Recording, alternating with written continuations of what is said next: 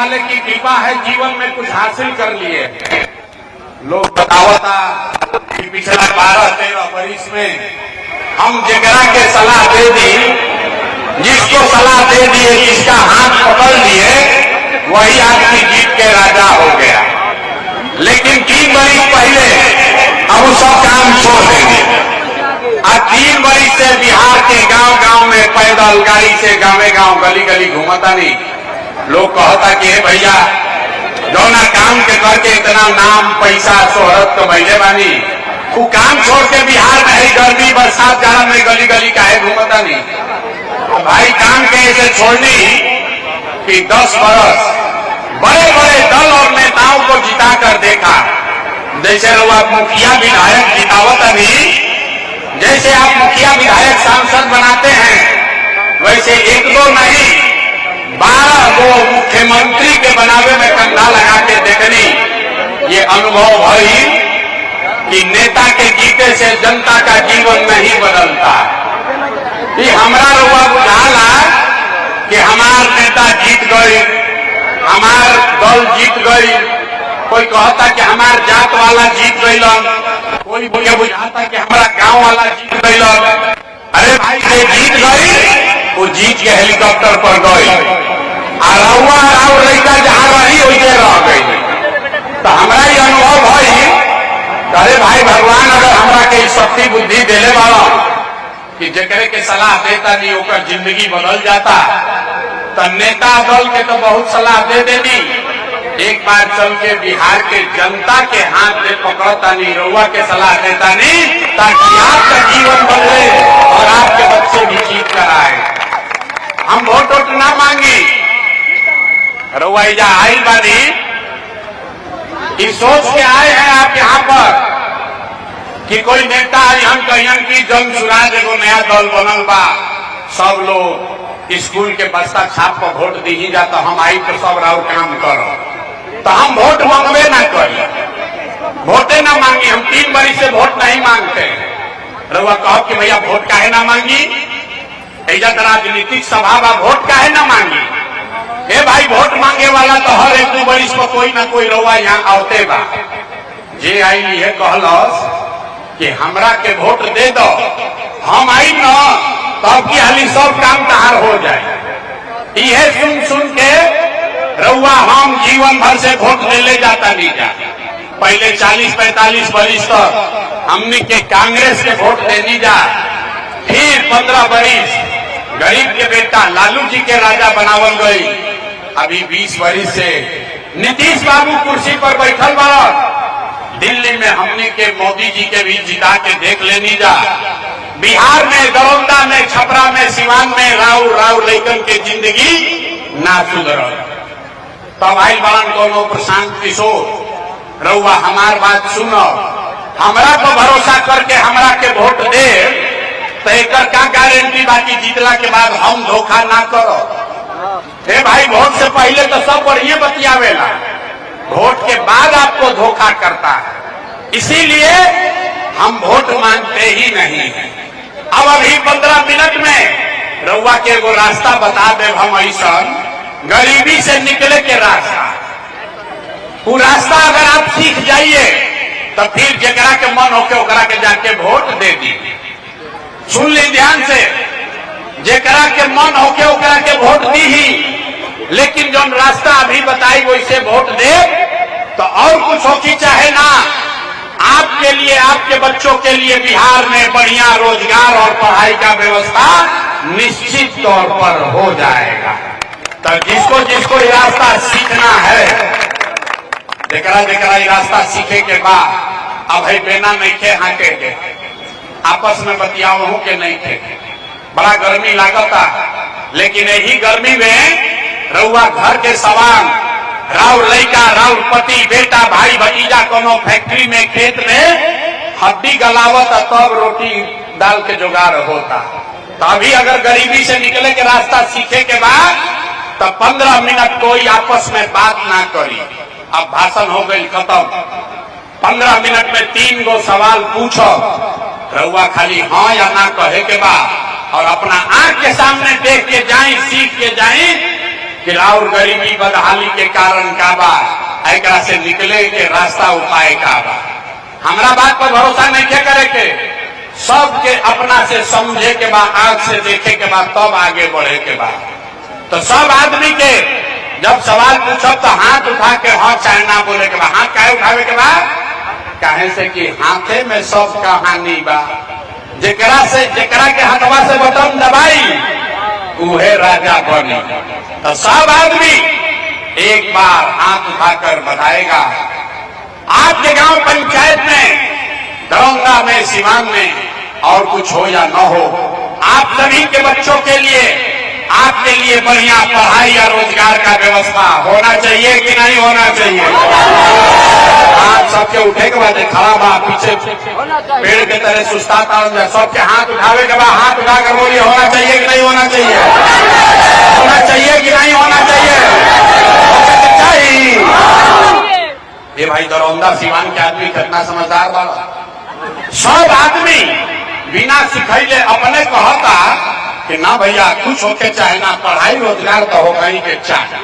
हम ना सिखैली, रउआ चाहे पढ़ल लिखल बानी की अनपढ़, अगला बानी की पिछड़ा, महिला है या पुरुष, अमीर है या गरीब, युवा है या बुजुर्ग, हिंदू या मुसलमान, सबने कहा कि न भैया पढ़ाई या रोजगार तो होगा ही के चाहे।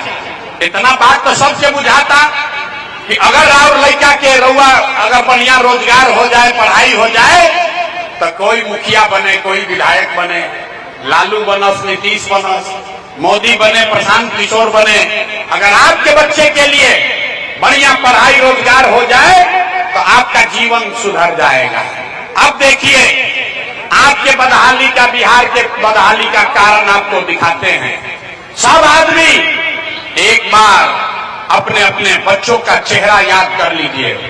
सब आदमी अपन अपन लड़कन के चेहरा तनी याद कर लीजिए और अपने बच्चों के नाम पर ईमानदारी से बताइए, आप में से किसने जीवन में एक बार भी अपने बच्चों के पढ़ाई रोजगार के लिए वोट दिया है? देखिए कैसे चुप, दरौंदा के 10,000 आदमी कैसे चुप लगाई बात। अभी कितना जोर से बोल रही हैं? ए भैया पढ़ाई या रोजगार होना चाहिए। अरे बाप रे बाप, ऐजा बैठ के गर्मी में कोई मुखिया के गरियावता, कोई लालू के, कोई नीतीश के, कोई मोदी के, कोई कांग्रेस के।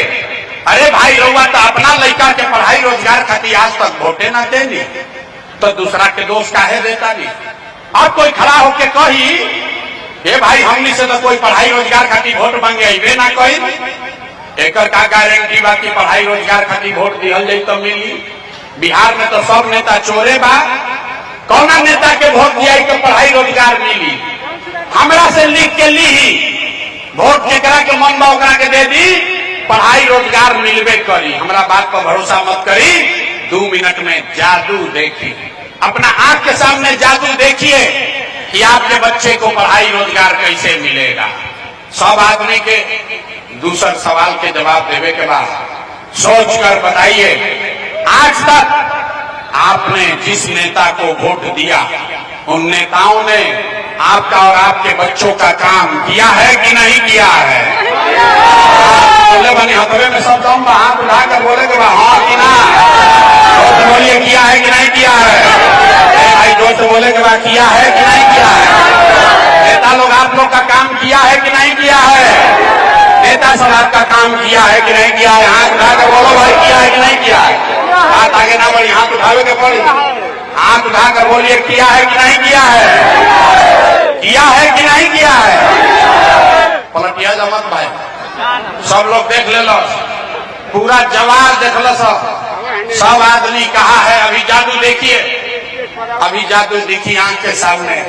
सब आदमी कहल हो कि भैया जौना दल के नेता के वोट देनी जा, आज तक हमनी के कोई कामे ना कैलो, तो अब रुआ जादू देखी, हम गिनवावे शुरू करता नहीं।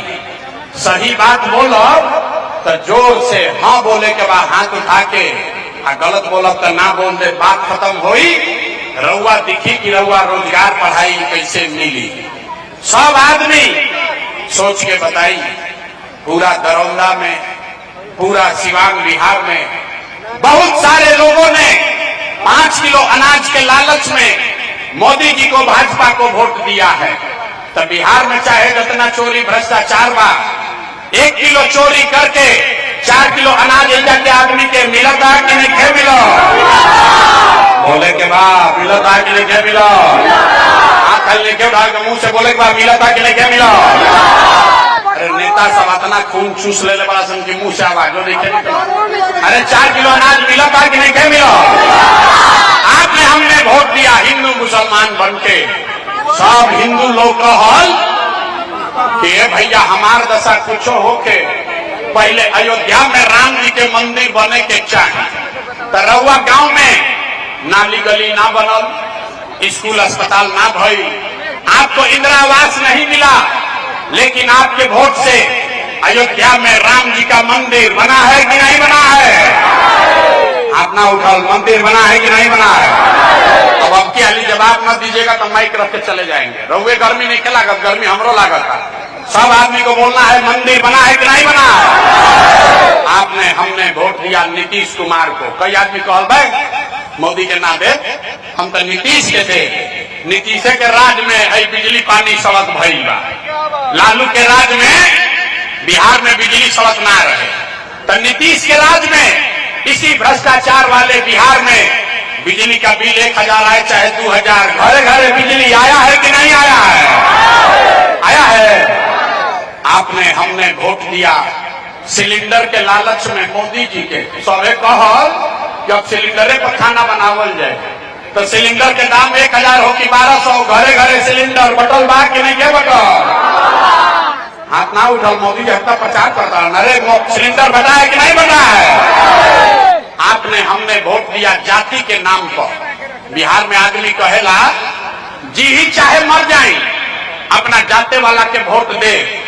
तो आपके जात के नेता ने आपके बच्चों के पढ़ाई रोजगार का बात नहीं किया, लेकिन जाति का बात और जाति का गिनती जनगणना पूरा बिहार में हुआ है कि नहीं हुआ है? आपने हमने वोट दिया मोदी का भाषण सुन के कि मोदी जी गुजरात में बड़ा विकास कैले बाड़ा। तो भैया मोदी गुजरात में तो विकास करता, पूरा देश का पैसा ले जाके गुजरात के गांव गांव में मोदी फैक्ट्री लगा रहे हैं और पूरे बिहार से, सिवान से, छपरा से आपके हमारे बच्चे गुजरात में जाकर नौकरी मजदूरी कर रहे हैं कि नहीं कर रहे हैं? तो कौना बात को वोट देने की नाम मिला? अरे बाप रे, यह देखिए जादू। अब आपने अपने बच्चों के नाम पर कहा कि भैया जीवन में आज तक अपना लड़कन के पढ़ाई रोजगार खातिर वोट ना देंगे। तो भाई यह जादू दिखावे आई बानी, वोट ना मांगी। जौना चीज खातिर वोट देले वाला वो मिलता और जौना चीज खातिर वोट ना देला वो नहीं के मिलत। बोइएगा बबूल तो आम कहां से खाइएगा? वोट दीजिएगा 5 किलो अनाज के लिए तो रोजगार कहां से मिलेगा? आपने वोट दिया अनाज के लिए, 4 किलो अनाज मिल रहा है। आपने वोट दिया मंदिर के लिए, अयोध्या में मंदिर बना है। आपने वोट दिया बिजली के लिए, घर घर बिजली आई है। आपने वोट दिया सिलेंडर के लिए, घरे घर सिलेंडर बटाइल बा। आपने वोट दिया जाति के लिए, जात के चर्चा गिनती होता। आपने वोट दिया गुजरात के विकास के लिए, गुजरात में फैक्ट्री लग रहा है। आपने अपने बच्चों के पढ़ाई रोजगार के लिए वोट नहीं दिया, इसीलिए आपके बच्चे, पूरे बिहार में बच्चे अनपढ़ और मजदूर बन गए। यही बात बताने आए। वोट ना मांगी, वोट ना मांगी। ताली बजावे जब इस समय नहीं किया, अभी आई 5 मिनट में। वोट ना मांगी, गांव गांव जाके 3 बरिस हो गई घर परिवार छोड़ के गांव गांव गए, 5000 गांव पैदल गए, लोगों को हाथ जोड़ रहे हैं। एक के बात बतावता नहीं। अरे भाई, अगर आप अपना और अपने बच्चों का चिंता नहीं करोगे तो दुनिया में कोई नेता, कोई दल आपके बच्चों की चिंता नहीं करेगा। काहे करी रे भाई? जब रउआ अपन लड़का के चिंते नहीं थे तो हम लालू, नीतीश, मोदी रउआ लड़का के चिंता काहे करी? हमारा बात पर भरोसा नहीं थे तो अपना आंख से देखी कि रउआ लड़कन के चिंता बाकी ना। अंतिम सवाल, इसके बाद आपको गरीबी से निकलने का मंत्र सिखाएंगे। सब आदमी सोच कर बताइए। सब आदमी के बतावे के बाद हाथ उठा के और कुछ होके चाहे ना रोआ, सबके अपन अपन लड़कन के चिंता बा कि ना, अथवा उठाई तबे ना बुझाई बा कि ना। जोर से बोली, जोर से बोली। अपने बच्चों की चिंता है कि नहीं है? अरे है कि नहीं है? आवाज नहीं आया, है कि नहीं है? पूरा दरौंदा में मुंह पा के कहता नहीं, पूरा गांव झूठ बोला था। किसी नेता का दम नहीं है कि आके कह दे हम बोल रहे हैं, आप सब झूठ बोल रहा। रहुआ कहनी हाथ उठा के अभी देखी 2 मिनट में आपने कहा कि आपको आपके बच्चों की चिंता है। अरे भाई अभी हम आए हैं आपके गांव में, रहुआ गांव में आई बनी, रास्ता में अगर 100 गो बच्चा मिलल, 100 गो बच्चा से भेंट भई, रहुआ गांव जवार के 100 गो बच्चा मिलन, आधा से ज्यादा रहुआ लइकन के शरीर पर शुद्ध कपड़ा नहीं थे। ऐजा नजर घुमा के देख ली, जितना छोटा बच्चा ऐजा आई बाड़सन, गांव में बाड़सन, आधा से ज्यादा लइकन के पैर में हवाई चप्पल भी नहीं थे। गौवा में पूछा था नहीं, ए भाई अपना लड़का के का दशा कैले बाड़ा, कम से कम बढ़िया कपड़ा काहे नहीं को पहना, वो चप्पल काहे नहीं को खरीद। आदमी कहता है ए भैया इतना गरीबी बा, इतना महंगाई बा, कहां से कपड़ा खरीदी, कहां से खिलाई। तो मेरे भाई, जिन नेताओं ने आपको लूट कर ऐसा हाल कर दिया कि आपके बच्चों के शरीर पर कपड़ा नहीं, पैर में चप्पल नहीं, खाने के लिए भरपेट भोजन नहीं, बच्चा आपका बीमार पड़ता है तो उसको दवा डॉक्टर अस्पताल नहीं, वही नेता अभी 4 महीना में आई वोट मांगे तो जितना लोग हाथ उठाए थे, कोई जाति के नाम पर, कोई हिंदू मुसलमान के नाम पर, कोई मंदिर मस्जिद के लिए, कोई नाली गली के लिए, कोई 500 रुपया के लिए, कोई मुर्गा भात के लिए, कोई लालू के डर से मोदी, मोदी के डर से लालू का नारा लगाकर इसी हाथ से उसी नेता को बटन दबा के राजा बनाओगे। और यहाँ कहता है कि बच्चों के लिए बड़ा चिंता है। अरे भाई अपना बच्चा के नाम पर झूठ बोलता नहीं तो राउर दुर्दशा ना हो तो केकर दुर्दशा हो। लड़कन के चिंता का होला तनी देखी एक बार लालू जी के, लालू जी से सीखी। लालू जी के अपना लड़का के चिंता बा। लालू जी का लड़का 9वां पास नहीं किया, लेकिन लालू जी को चिंता है कि हमारा लड़का बिहार का राजा बने। हम ये बात कहता नहीं तो कुछ आदमी के बुझाता कि लालू जी के शिकायत करता ना, हम तो भाई लालू जी के तारीफ करता नहीं। लालू जी इतना अच्छा बाप पढ़ल, लड़का 9वां नहीं के पास कैले, लेकिन चाहता उनके हमार लड़का बिहार के राजा बनो। और रउआ आपन दशा देखी, घरे घर राउर लड़का मैट्रिक पास कर लेलस, आईए बीए कर लेलस, ओकरा चपरासियों के नौकरी ना मिलल, लेकिन रउआ ऊपर कोई चिंता नहीं। रउआ तो जात के झंडा उठा के घूमता है। कौना गांव में जाई, गांव में, खेत में, खलिहान में, दलान में, जे जहां बैठा था बतिया होता ये भाई लालू जीतिहन की मोदी जीतिहन, लालू जीतिहन की मोदी जीतिहन, नीतीश जीतिहन युगन स्वराज जीती। अरे भाई राहुल लड़का कब जीती हो तो बतिया लो। गांव में जाता नहीं पूछीला केकरा के वोट देले रही, सुनी बिहार के कहानी। गांव में जाके पूछीला केकरा के वोट देले रही तो लोग कहता कि भैया मोदी जी के देले रहे। पूछनी काहे, कहा मोदी जी का सीना है 56 इंच का। सुनी दरौंदा के गांव में बैठ के रउआ ही बुझाता कि मोदी के सीना 54 इंच बा कि 56 इंच, लेकिन आपन लइकन के खैला बगैर सीना सिकुड़ा के 15 इंच भइल बा कि रउआ नहीं खे लौकत तो राउर लइका ना भोगी तो के भोगी रे भाई, ना सुधार हो सके।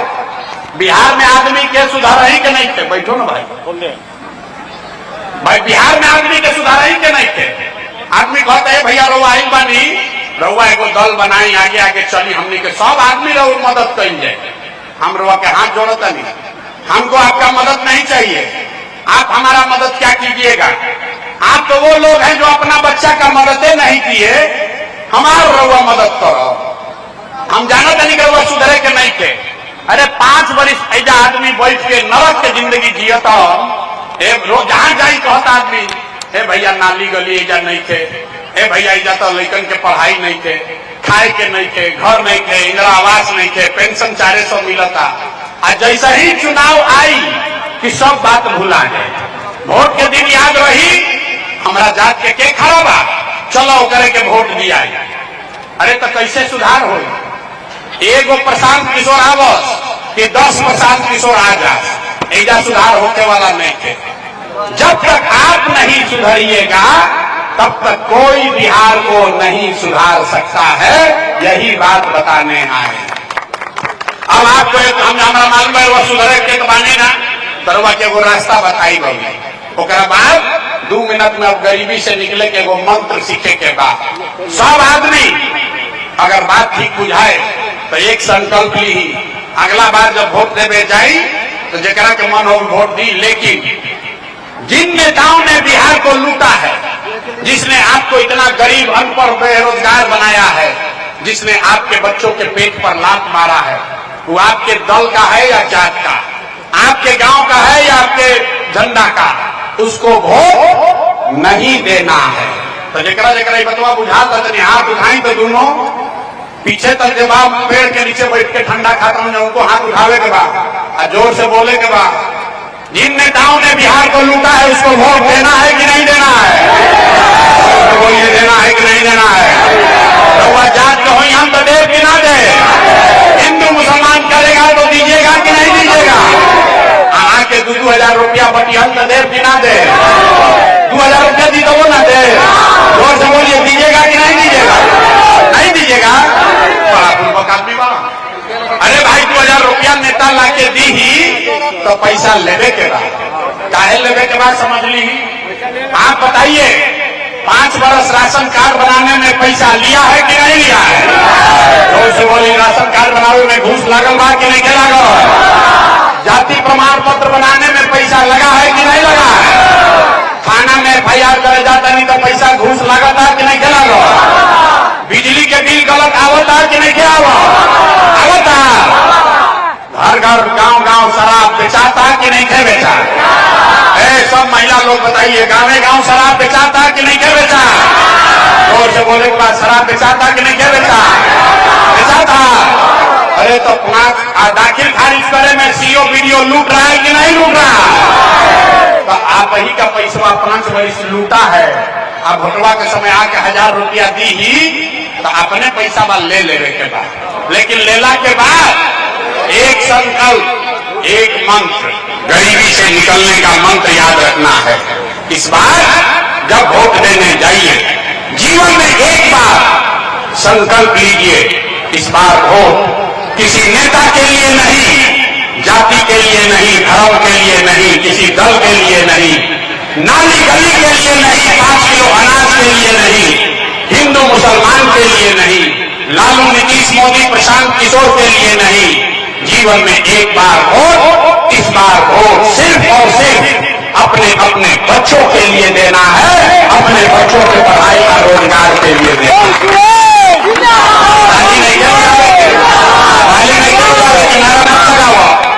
नारा मत लगाओ, हाथ उठाइए, मुट्ठी बांधिए और संकल्प लीजिए। मुट्ठी बांधने के बाद हाथ उठाकर संकल्प लीजिए, अपने बच्चों के लिए वोट देना है कि नहीं देना है? अपने बच्चों के लिए वोट देना है कि नहीं देना है? आधा आदमी के नाम बुझाई के बच्चा के लिए वोट देवे से का हुई?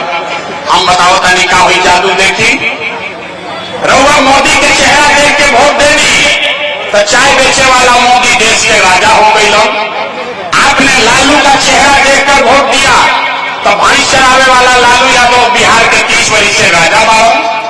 आपने नीतीश का चेहरा देखकर वोट दिया तो बैठ का लड़का नीतीश कुमार 20 वर्ष से बिहार का मुख्यमंत्री है। एक बार हमारा बात मानिए, एक बार अपने बच्चों का चेहरा देखकर वोट दीजिए। आपके हाथ में, आपके वोट में इतना ताकत है, आपका बच्चा भी बेरोजगार नहीं रहेगा। बुझा का बात बुझा गए तो हाथ उठा के फिर से संकल्प ली। अब बताइए अपना खाती वोट देवे के बाद कि नहीं देवे के? अपने बच्चों के लिए कि अपने जात के लिए? जोर से बोली, जात खाती कि अपना लड़कन खाती? ना आवाज ना है, मुंह नहीं देख पाने आदमी ना सुधरिए नहीं जा। जोर से बोला, बच्चन खाती की जात खाती? अगर अपना बच्चों के लिए वोट दीजिएगा तो क्या होई? तो दिवाली छठ के बाद राउर गरीबी खत्म होके शुरू हो जाए। इस बार जब आप दिवाली और छठ मनाइएगा, अगर रउआ झूठा संकल्प नहीं ले ले तो अब की हाली जब दिवाली और छठ मनाई तो आपके जीवन का, बिहार के बदहाली का ये अंतिम दिवाली और छठ होने जा रहा है। अब जिसको ताली बजाना है बजा लो, तब बजाए। अब बताइए कि कैसे, जोर से बजाइए ताली, तब बजाएंगे, तब बताइए कि कैसे गरीबी खत्म हो। छठ के बाद क्या हुई?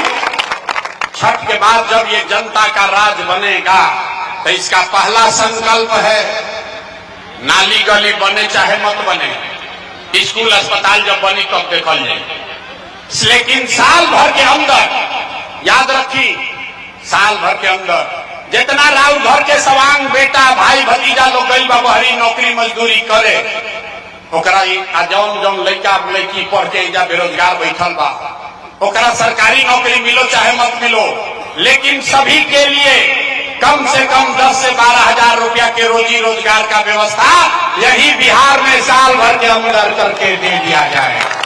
होके के चाहिए, जोर से बोली, होके के चाहिए कि ना? क्या आदमी के मुंह में आवाज नहीं थे, जोर से बोला, होके के चाहिए कि ना? होके के चाहिए।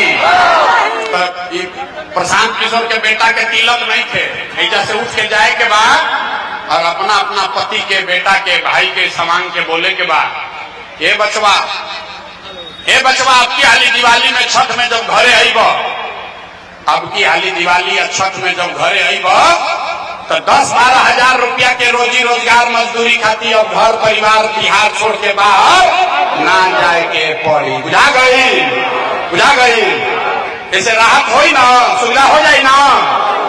दूसरा बात, जिसका जिसका उम्र 60 वर्ष से ज्यादा है, रउआ घर में 60 वर्ष से ज्यादा उम्र के जो रहता, ओकरा के नीतीश कुमार देता 400 रुपया भीख जैसन पेंशन।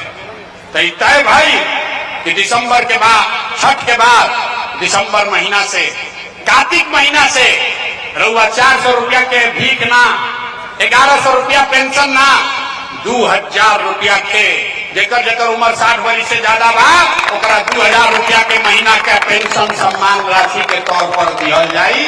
होके के चाहिए कि ना? होके के चाहिए। बुझा गई? हाथ उठा के बताई तो बुझाई कि ना? तो 10-12 हजार के रोजी रोजगार मिल जाये, बूढ़ आदमी के 2000 रुपया मिले लगी, उससे गरीबी थोड़े खत्म हो। गरीबी तब खत्म हुई जब राउर बाल बच्चा नात नाती पोता पोती पढ़ के बढ़िया अफसर बनी। तो ओकरा खातिर तय भई कि जब ये जनता के राज बनी तो गरीब के बच्चा को, अभी जाता सरकारी विद्यालय में लड़का राउर पढ़े तो पढ़त नहीं थे, खिचड़ी खैलस घरे आ गए। तो तय भई कि दिसंबर महीना से जब तक सरकारी विद्यालय नहीं सुधरेगा, आप अपने बच्चा को, नाती पोता को प्राइवेट स्कूल, अंग्रेजी स्कूल में भेजिए और स्कूल भेजने का फीस और खर्चा सरकार की ओर से दिया जाएगा, ताकि गरीब से गरीब का बच्चा भी अंग्रेजी स्कूल में पढ़ सके। अब अखबार भाई अपना लड़कन का ताली तो बजा लो ताली, नीचे बजाओ, अपना लड़कन का तालियों नीचे बजाओ, सुधार हो जाएगी। ये तीनों काम हो तो छठ के बाद जीवन बदली कि ना बदली? जोर से बोलिए, होगा, बदलेगा कि नहीं बदलेगा? तो सब पाठ पढ़ लेनी, अब परीक्षा देवे के बारी बात सोच के बताई, 5 किलो अनाज चाहिए कि लड़कन खातिर रोजगार चाहिए? जोर से बोले कि परीक्षा में फेल नहीं क्या होके के? 5 किलो अनाज चाहिए कि रोजगार चाहिए? अपना लड़कन खातिर पढ़ाई चाहिए कि जात चाहिए? जात चाहिए कि पढ़ाई चाहिए? लालू नीतीश मोदी के राज चाहिए कि जनता के राज चाहिए? जोर से बोलिए, जिसको लालू चाहिए लालू बोलो, मोदी चाहिए मोदी बोलिए, झूठ बोलिएगा पकड़ लेंगे। सोच सोच सोच के बोलिए, लालू नीतीश मोदी का राज की जनता का राज? लालू नीतीश मोदी का राज की जनता का राज? झूठ नहीं ना बोल रहे हैं? तो नीतीश कुमार रही की गई हो, जोर से बोलो, जितना महिला लोग हैं सबके बोले के बाद, नीतीश कुमार रही की गई हो, नीतीश कुमार रही की गई हो, नीतीश कुमार रही की गई हो। अब मोदी आके कही कि नीतीश के वोट दे दो, तो दिया ही काहे ना दिया ही? अरे बड़ा पूर्वक आदमी है यार, समझो काहे नहीं दिलाएगा। अभी 2 मिनट में समझिए, जे मोदी के वोट दे ले बा भैया, समझो वोट बिहार के तो फैक्ट्री बिहार में लागे के चाहिए कि गुजरात में लागे के चाहिए? सबके बोले बा मुड़ी में क्या हिलावे के वोट बिहार के तो फैक्ट्री बिहार में लागे के चाहिए कि गुजरात में लागे के चाहिए? बिहार में कि गुजरात में? जोर से बोलिए बिहार में कि गुजरात में? जोर से बोलिए बिहार में कि गुजरात में? अब जितना लोग मोदी के वोट देने वाला देखे उनका मुंह कैसे सुखाई। जितना आदमी मोदी के वोट देने वाला जाए मोदी मोदी मोदी मोदी करके अब सबके बोले के बाद 15 बरिस में मोदी फैक्ट्री कहाँ लगैलन? बिहार में कि गुजरात में? चुप मत होइए, मुंह बोले के बाद खोल के। मोदी फैक्ट्री कहाँ लगैलन? बिहार में कि गुजरात में? जोर से बोलिए बिहार में कि गुजरात में? बिहार में कि गुजरात में? अरे भाई तो वोट बिहार में फैक्ट्री लगी गुजरात में चली, ये मंजूर बा भाई? मंजूर है? नहीं है ना? हाथ उठाकर बताइए नीति। अब कोई मोदी कहने वोट दीजिएगा? हाथ उठाइए, झूठ मत बोलिए, कैमरा में रिकॉर्ड कराई। हाथ उठाओ भाई, मोदी कहने वोट दोगे? मोदी कहने वोट दीजिएगा? नहीं दीजिएगा? कितना दिन का नहीं लाओ तो हम काहे कहें? हम सुधर हम तो ऐसा ही रहो, बेचो वैसा ही कुछ चाहिए। अभी 5 बरिस हो सोच कर बोलिए मोदी कहने वोट दीजिएगा? मोदी कहने वोट दीजिएगा? ए भाई मोदी काला वोटे ना दे तो नीतीश कुमार तो दई लो रैयन की दई हम, रैयन की दई हम। जोर से बोलिए रहेंगे कि जाएंगे? नीतीश कुमार रैयन की दई हम, सुनाई नहीं दे रैयन की दई हम। हाथ उठाकर बोली रैयन की दई हम। टाटा बोलिए नीतीश कुमार को रैयन की दई हम, रैयन की दई हम। नीतीश और मोदी गैलन तो के बचल? अब बच गए लालू। कोई के लालू के ललटेन चाहिए? भाई जोर से बोलो लालू का ललटेन चाहिए, भारत रंगदारी चाहिए। अभी मोदी वाला बोलत रही तो बड़ा मजा आवत रहे, अब ललटेन वाला देखी कैसे लुकाई बढ़ जाए। ए भाई लालू के ललटेन चाहिए? जोर से बोलो भारत रंगदारी चाहिए, भारत रंगदारी चाहिए, मारकाट चाहिए ना चाहिए? तो लालू नीतीश मोदी तीनों चल गए तो के बचा? कौन बचा? लालू नीतीश मोदी तीनों गैलन तो बच गई जनता। जोर से बोलिए लालू नीतीश मोदी तीनों गैलन तो के बचा? जोर से बोलो कौन बचा? आवाज नहीं आया, कौन बचा? कौन बचा? आवाज नहीं आया। लालू नीतीश मोदी तीनों साथ कौन बचा? कौन बचा? कौन बचा? नवंबर के बाद राज के कर बनिए। लालू नीतीश मोदी का राज नहीं चाहिए, जनता का राज चाहिए। चाहिए कि नहीं चाहिए? चाहिए। हाथ उठाएं और बोलिए जय बिहार। आप जोर से नहीं बोले जय बिहार, जय बिहार। आदमी सुन के कहता ए भाई इतना बढ़िया बढ़िया बतियावत अपना खती का चाहता है, आदमी गच्चा में पड़ोगा। ए भाई ये सब नेता बा कुछ अपना खातिर मांगबे ना कोई लोग, कुछ तो बात बा। कुछ आदमी कहता कि मुख्यमंत्री बने आई बा। अरे भाई आप इनको ना जानते हैं, हम इतना छोटा सपना लेकर पैदा नहीं हुए। ये मुख्यमंत्री बने खातिर इतना पसीना नहीं की बहाओ। ये पसीना इसलिए बहा रहे हैं